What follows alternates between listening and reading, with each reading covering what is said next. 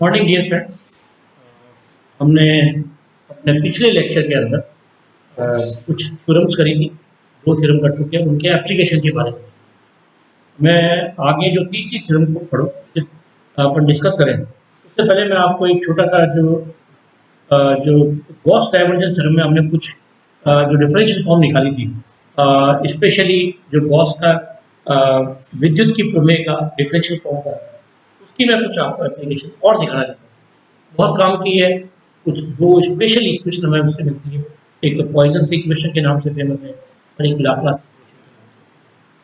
तो मैं जस्ट आपको बताता हूँ कि हमने चार थ्योरम पढ़े, बहुत सारी तो कर देता हूँ चारों थ्योरम क्या।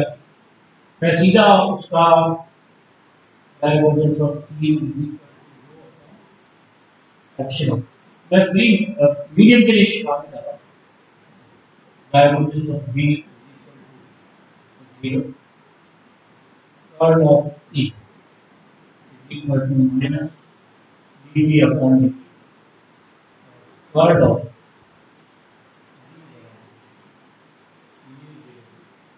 j plus बेसिकली ये चार हमने इक्वेशन दो को हमने पहली दो की तो डाइवर्जेंस समझ करें और ये दो लिखेंगे क्योंकि कर्ल की वजह से। मैं इस पहली वाली इक्वेशन इसके दो एप्लीकेशन और बहुत बहुत काम के हैं, ठीक है ना। और वो मैं बताया कि दो इक्वेशन पॉइजन सी। तो हम जानते हैं इलेक्ट्रिक फील्ड और पोटेंशियल इनके बीच में जो रिलेशन होता है ये इलेक्ट्रिक फील्ड है तो ग्रेडियंट ऑफ पोटेंशियल। कुछ लोग इसको बी से लिखते हैं, कई बार फाई से लिखते हैं। आप कभी भी कंफ्यूजन मत कीजिएगा, नोमेनक्लेचर जरूर बनाना चाहिए।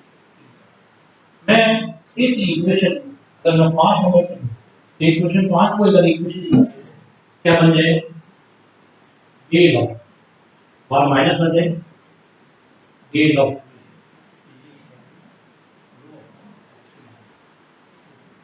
और करो तो ये बन जाएगा ए डॉट ए ए स्क्वायर जाए ए स्क्वायर। ये जो इस इक्वेशन है पॉइजन की बहुत इंपॉर्टेंट है। बहुत सारे प्रॉब्लम है पोटेंशियल निकालना होगा। एक हम निकालना किसी भी जगह की अगर चार्ज डेंसिटी दे रखी है और हमें पोटेंशियल निकालना या पोटेंशियल दे रखा चार्ज डेंसिटी निकालना तो हम इनका यूज करते हैं। जैसे मैं एग्जांपल के लिए आपको मान x y square z find charge density तो हम इसमें वैल्यू रख देंगे। इसका मतलब क्या होता है del two upon del x square plus del two y square plus del two upon del z square. अब जगह क्या रख देंगे ये क्या आ जाएगा अपने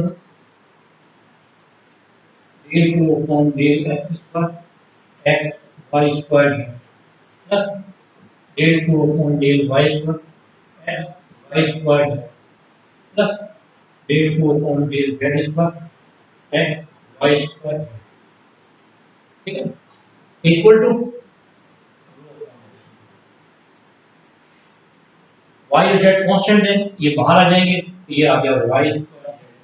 यहाँ पे एक्स और वाई कांस्टेंट है, ये बाहर आ जाएंगे तो यहाँ पे लिख दीजिए एक्स ये बाहर आ जाएगा। यहाँ पे एक्स वाई स्क्वायर कांस्टेंट है, वाई स्क्वायर एक बार डिफरेंशिएट करेंगे तो 1 आ जाएगा और दूसरी बार डिफरेंशिएट करेंगे तो 0 आ जाएगा। तो this become 0, this also become 0। ये दोनों 0 हो जाएंगे, केवल ये सस्टेन करेगा, ये होगा 2y और फिर आ जाएगा x जेड और ये चार। इस तरीके से हम प्रॉब्लमों को सॉल्व कर सकते हैं, ठीक है ना, बशर्ते हमें ये इक्वेशन का एप्लीकेशन, ठीक है, बहुत बहुत इंपॉर्टेंट होती है। तो ये सबसे ज्यादा आने इसी से रिलेटेड एक पॉइजन्स के बाद में लाप्लास इक्वेशन।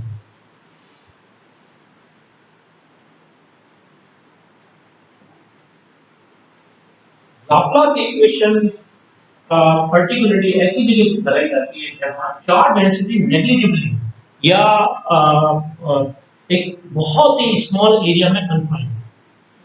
तो उस पर्टिकुलर एक बहुत बड़ा एरिया हो मतलब उसमें जो रो की वैल्यू वो ऑलमोस्ट सब नेग्लिजिबल, वहां पे हम क्या करते हैं लाप्लास। तो लाप्लास की इक्वेशन में रो बराबर 0 होता है, तो इक्वेशन को जी 6 कर देंगे डेल स्क्वायर। ये जो इक्वेशन है ये बहुत बहुत है, बहुत मैथमेटिकल प्रॉब्लम है सॉल्व करने में काम में आती है। ठीक है, इसका हम आगे आने वाली क्लासों में बीएससी में भी करेंगे और एमएससी तक प्रॉब्लम आएंगी उसके ऊपर लाप्लास। तो ये सब आपको आनी चाहिए। ठीक है, तो ये सारी की सारी क्या थी एप्लीकेशन। किनकी एप्लीकेशन थी? अपने पास गॉस डाइवर्जेंस थ्योरम और स्टोक्स की कर्ल की जो थ्योरम थी उनकी एप्लीकेशन। बहुत को मैंने डिस्कस कर दिया। ठीक है, और जितनी आप पढ़ाई करेंगे और अलग अलग किताबों को देखेंगे आप अपने आप को रिच करेंगे। अब मैं जो हमारी लास्ट जो थर्ड थ्योरम चैप्टर का लास्ट वर्ड क्या है मैथमेटिकल बैकग्राउंड है, वो इसके बाद एक टॉपिक और है वो करते हैं। तो हम करते हैं ग्रीन थ्योरम्स।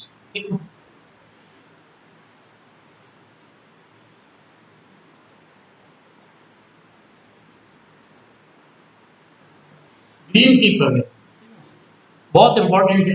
एक चीज का ध्यान रखना, मैं दो फंक्शन ले रहा हूँ, एक तो फाई एक शाई। ये दो स्केलर फंक्शन है, ध्यान रखना ये कैसा फंक्शन है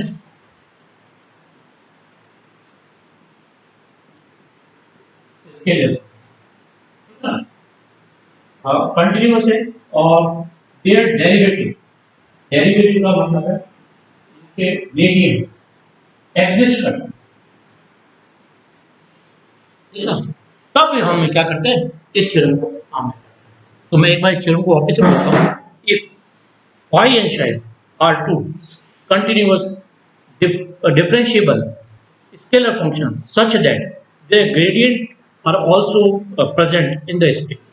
यदि फाई तथा शाई दो सतत अवकलनीय अदिश फलन इस प्रकार है कि इनके ग्रेडियंट भी आकाश में उपस्थित हो, तो इस प्रमेय के अनुसार क्या होगा phi del square psi minus psi del square phi dv is equal. अब थोड़ा सा ध्यान रखना, phi gradient of psi minus psi gradient of dot. तो ये थ्योरम कहती है कि ये दोनों क्या होते हैं बराबर होते हैं। बहुत बहुत इंपॉर्टेंट है।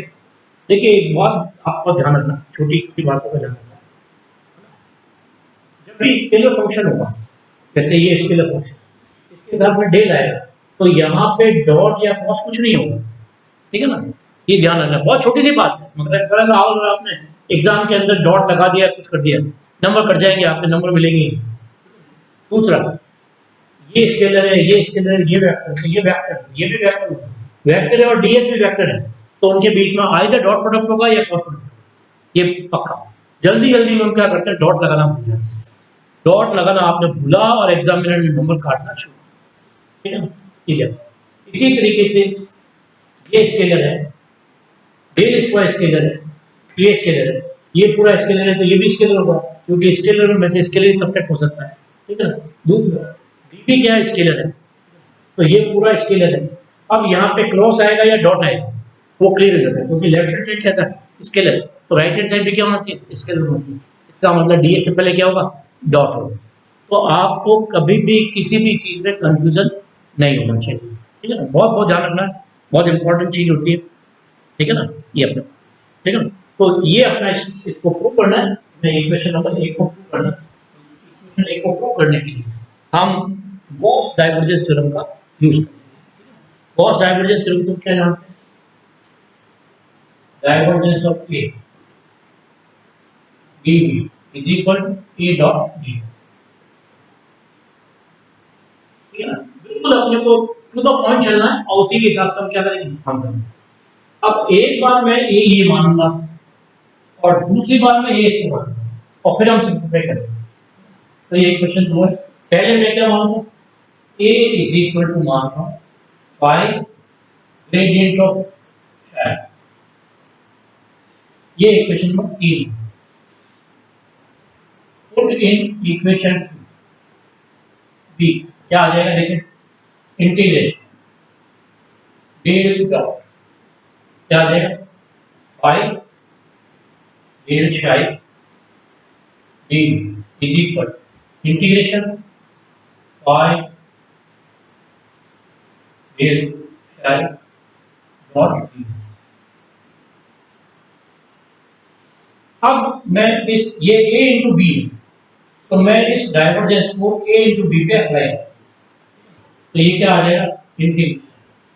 इसको पहले डाइवर्जेंस ऑफ ए, ठीक है ना, ये डाइवर्जेंस है ना ए और बी के ऊपर। ए स्केलर क्वांटिटी हम जानते हैं, डाइवर्जेंस इसका नहीं होगा, इसका क्या बनेगा, ग्रेडियंट। तो ये बनेगा ग्रेडियंट फाई ग्रेडियंट शाई। पहली चीज ये बन जाएगी कि plus phi del dot del कितना हो जाएगा, डेल स्क्वायर शाई। तो ये ब्रैकेट बंद करना इक्वल टू क्या हो जाएगा, ये मैं this is phi del psi dot. ये इक्वेशन नंबर क्या करते हैं, 3 नंबर, 4 नंबर 3।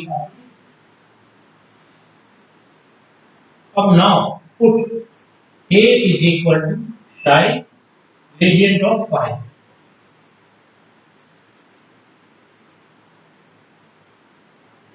into, अगर अब हम क्या करेंगे, a की जगह क्या करेंगे, यहाँ पे तो phi gradient of psi।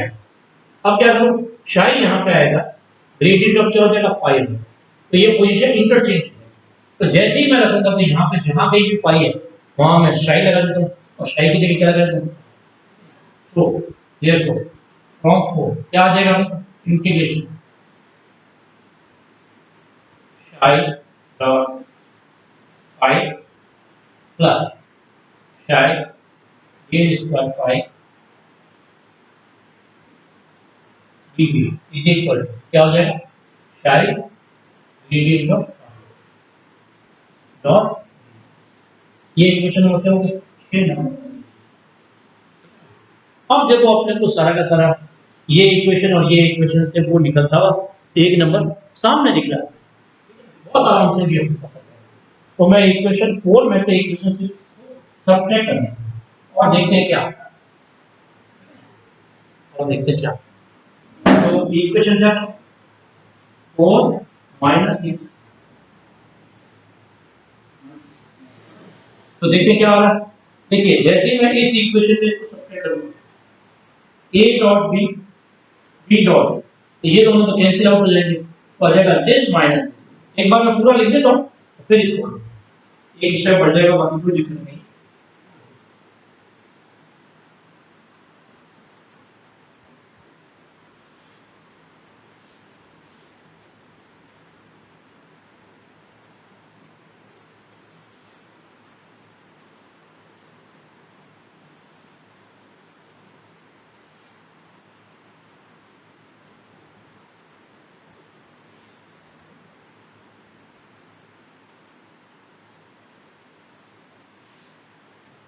Right hand side में आ जाएगा i,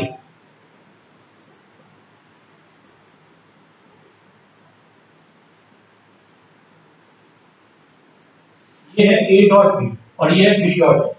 हम जानते हैं कि a डॉट b बराबर कितना होता है, b डॉट होता है। ये दोनों क्या होते हैं, हमारे पास क्या आ गया, phi square minus square dv phi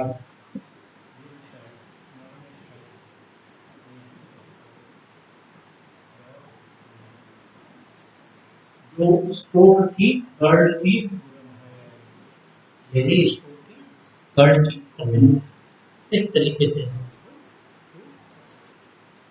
आप चाहें तो इसकी जगह डेफिनेशन भी लिख सकते हैं। इसकी आप चाहो चाहें फाइव डेढ़ शाही यहाँ आंसर माइनस क्या करते हैं शाही डेढ़ फाइव को डेढ़ है। ये भी क्यों, क्योंकि ग्रेडियंट की डेफिनेशन होती है कि maximum rate of change of scalar quantity with respect to system, जिसको हम d5 का dn लिखते हैं। तो मैं ऐसे भी इस बहुत बहुत इंपॉर्टेंट है, सारी की सारी इनकी बहुत एप्लीकेशंस होती हैं, देखो काम आएंगे। ये इस टॉपिक के साथ में ये जो तीनों थ्योरम्स का है वो चीज़ क्या होती है कंप्लीट। एग्जाम के अंदर जो आपको तीन बेसिक चीज मैंने बताई, डाइवर्जेंस, कर्ल, ग्रेडियंट, ठीक है, और तीन थ्योरम कौन कौन सी, गॉस डाइवर्जेंस थ्योरम, स्टोक्स की कर्ल की थ्योरम, इनकी एप्लीकेशन में चारों हमने मैक्सवेल की इक्वेशन निकाली और उसकी एप्लीकेशन हमने और देखा कि हमने दो उससे पॉइजन इक्वेशन और लैपलेस इक्वेशन निकाली। तो ये सारी एप्लीकेशन, ठीक है, वो तीनों की तीनों डाइवर्जेंस, कर्ल और ग्रेडियंट के क्या था फिजिकल मीनिंग, ये सब चीजें, और ये तीनों आके इनके यूज सब बहुत बहुत बहुत काम के हैं। हमें फिजिक्स में बहुत ज़्यादा काम है, इसलिए स्पेशली हमारे कोर्स में जीवन से होते हुए, ठीक है। इसका जो लास्ट टॉपिक है एक वेक्टर आइडेंटिटी के बारे में, नेक्स्ट लेक्चर में पूरा करेंगे और पूरा करके हमारा पहला जो चैप्टर है। Thank you very much.